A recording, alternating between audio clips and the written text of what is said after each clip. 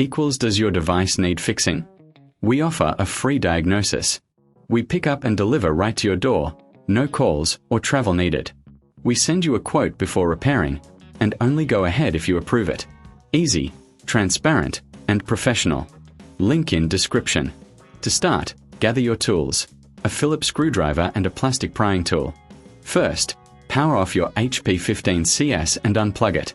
Remove the screws from the back panel. Keep them safe, you'll need them later. Carefully use the prying tool to lift the panel off. This exposes the internal components. Next, locate the battery. It's usually secured with a couple of screws. Remove these screws and gently disconnect the battery connector. Take out the old battery and set it aside. Before installing the new one, take a moment to clean the internal area with a soft cloth. This helps prevent dust buildup. Now, place the new battery in position. Connect the battery connector and secure it with screws. Replace the back panel and screw it back in place. Remember, if you're unsure, you can always opt for a professional diagnosis without obligation.